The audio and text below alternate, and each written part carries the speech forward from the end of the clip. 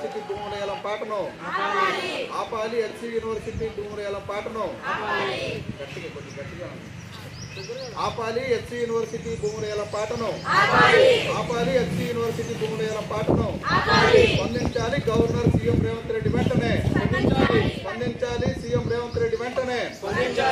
ఆపాలి SC university భూముల ఆక్రమణను వెంటనే. ఆపాలి ఎస్సీ యూనివర్సిటీ భూముల ఆక్రమణను వెంటనే.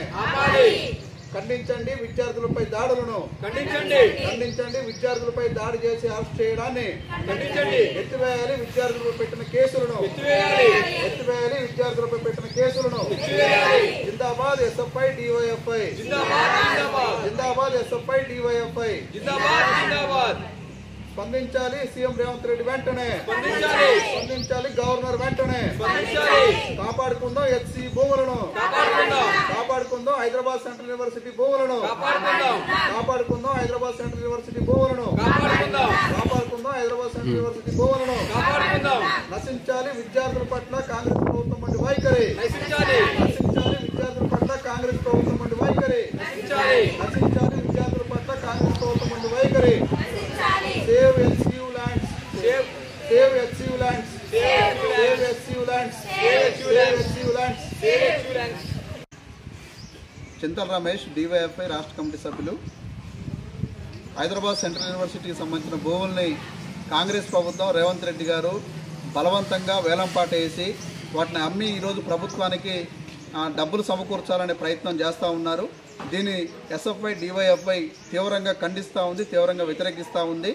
ఆ భూములు కాపాడాలని చెప్పేసి మొన్న ఉగాది రోజు విద్యార్థులంతా యూనివర్సిటీ విద్యార్థులు అడ్డుకునే ప్రయత్నం చేస్తే అక్కడ బుల్డోజర్ తోటి అట్లనే జేసీబీలతోటి విద్యార్థులను కూడా అక్కడ భయభ్రాంతులకు గురి చేసి అమ్మాయిలను చూడకుండా వాళ్ళని ఈడ్చుకెళ్ళి మరి వాళ్ళ మీద అక్రమంగా కేసులు పెట్టారు.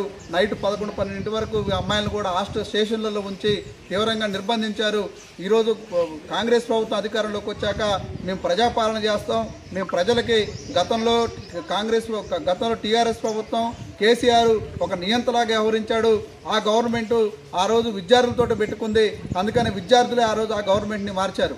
మరి ఈరోజు నువ్వు పరిపాలన అని చెప్పేసి అధికారంలోకి వచ్చిన ఇలా కాంగ్రెస్ ప్రభుత్వం రేవంత్ రెడ్డి గారు ఇలా 400 ఎకరాల ప్రభుత్వ భూముల్ని యూనివర్సిటీ భూముల్ని ఎందుకు ఈరోజు నువ్వు ఏలంపాటు వేసి అమ్మి ఈరోజు డబ్బులు కొల్లగొట్టాలని చూస్తున్నావు అని చెప్పేసి మేము ప్రశ్నిస్తూ ఉన్నాం. అందుకని ఇవాళ నీకు ప్రజాపాలనలో ఇలా నిరసన తెలియజేసి హక్కుని ఈరోజు కాలు రాస్తూ ఉన్నారు. ఈరోజు కూడా రాష్ట్ర వ్యాప్తంగా మొత్తం ఎస్ఎఫ్ఐ డివైఎఫ్ఐ కార్యకర్తలందరినీ కూడా ఇలా అరెస్ట్ చేస్తూ ఉన్నారు. దీన్ని మేము ఖండిస్తూ ఉన్నాం. ఎప్పటికైనా రేవంత్ రెడ్డి గారు ఏదైతే ఇలా హైదరాబాద్ సెంట్రల్ యూనివర్సిటీ సంబంధించిన భూముల్ని 400 ఎకరాల భూముల్ని ఇలా కార్పొరేట్ వాళ్ళకి ఏలంపాట వేసి ఇలా అప్పజెప్పే ప్రయత్నం చేస్తూ ఉన్నావో, అమ్ముకునే ప్రయత్నం చేస్తూ ఉన్నావో దీన్ని వెంటనే విరమించుకోవాలి. లేకపోతే మాత్రం ఖచ్చితంగా గతంలో కేసీఆర్ ప్రభుత్వం కూడా విద్యార్థులతో పెట్టుకుంది. గతంలో ఉస్మాన్ యూనివర్సిటీ భూముల్ని ఇంకా అనేక రకాల యూనివర్సిటీ భూముల్ని కాజేయాలని చెప్పి గతంలో కేసీఆర్ కూడా ప్రయత్నం చేశాడు. దాన్ని ఆ రోజు విద్యార్థులు తిప్పికొట్టారు. అందుకని ఇలా కేసీఆర్ని గత ప్రభుత్వాన్ని టీఆర్ఎస్ ప్రభుత్వాన్ని విద్యార్థులే పడగొట్టారు.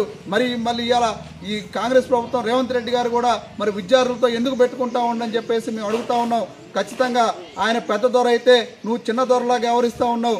ఆయన ఒక నియంత అయితే నువ్వు ఒక నియంతలాగా మారుతూ ఉన్నావు. అందుకని ఈ నియంత ఆలోచనలు ఈ దొరపోకళ్ళన్నింటిని కూడా నువ్వు మానుకోవాలి. వెంటనే యూనివర్సిటీ భూముల్ని యథావిధిగా నువ్వు ఈరోజు బుల్డోజర్ గవర్నమెంట్ని తీసుకొస్తా ఉన్నావు. ఇలా బీజేపీ ప్రభుత్వం ఇలా అక్కడ ఉత్తరప్రదేశ్లో బుల్డోజర్ గవర్నమెంట్ ఎట్టయితే చేస్తూ ఉందో ఇవాళ నువ్వు తెలంగాణలో బుల్డోజర్ జేసీబీ గవర్నమెంట్ చేస్తూ ఉన్నావు. అందుకని ఈ చర్యలను వెనక్కి తీసుకోకపోతే మాత్రం ఖచ్చితంగా నీకు కూడా గతంలో కేసీఆర్కి ఎట్టయితే టీఆర్ఎస్ గవర్నమెంట్ గతి పట్టిందో అదే గతి నీకు పడుతుందని చెప్పేసి మేము హెచ్చరిస్తూ ఉన్నాం. ఎప్పటికైనా నువ్వు ఈ భూముల ఏలంపాటిని మానుకోవాలని చెప్పేసి మేము డిమాండ్ చేస్తూ ఉన్నాం. ఈరోజు రాష్ట్రంలో ఎంత జరుగుతూ ఉన్నా కానీ ఇలా ప్రధాన ప్రతిపక్షంగా ఉన్న కేటీఆర్ కానీ టీఆర్ఎస్ గవర్నమెంట్ వాళ్ళు కానీ అట్లనే బీజేపీ కానీ ఇలా కేంద్ర మంత్రులుగా ఉన్న కిషన్ రెడ్డి కానీ బండి సంజయ్ కానీ ఎందుకు ఈరోజు మీరు కనీసం ఈ ఎస్సీ యూనివర్సిటీ సంబంధించిన భూముల మీద మీరు మాట్లాడడం లేదు, ఎందుకు ప్రశ్నించడం లేదు, ఎందుకు ధర్నాలు చేయడం లేదని చెప్పేసి మేము వాళ్ళని కూడా ప్రశ్నిస్తూ ఉన్నాం. అందుకనే ఇవాళ సెంట్రల్ యూనివర్సిటీ ఎవరి పరిధిలో ఉంది?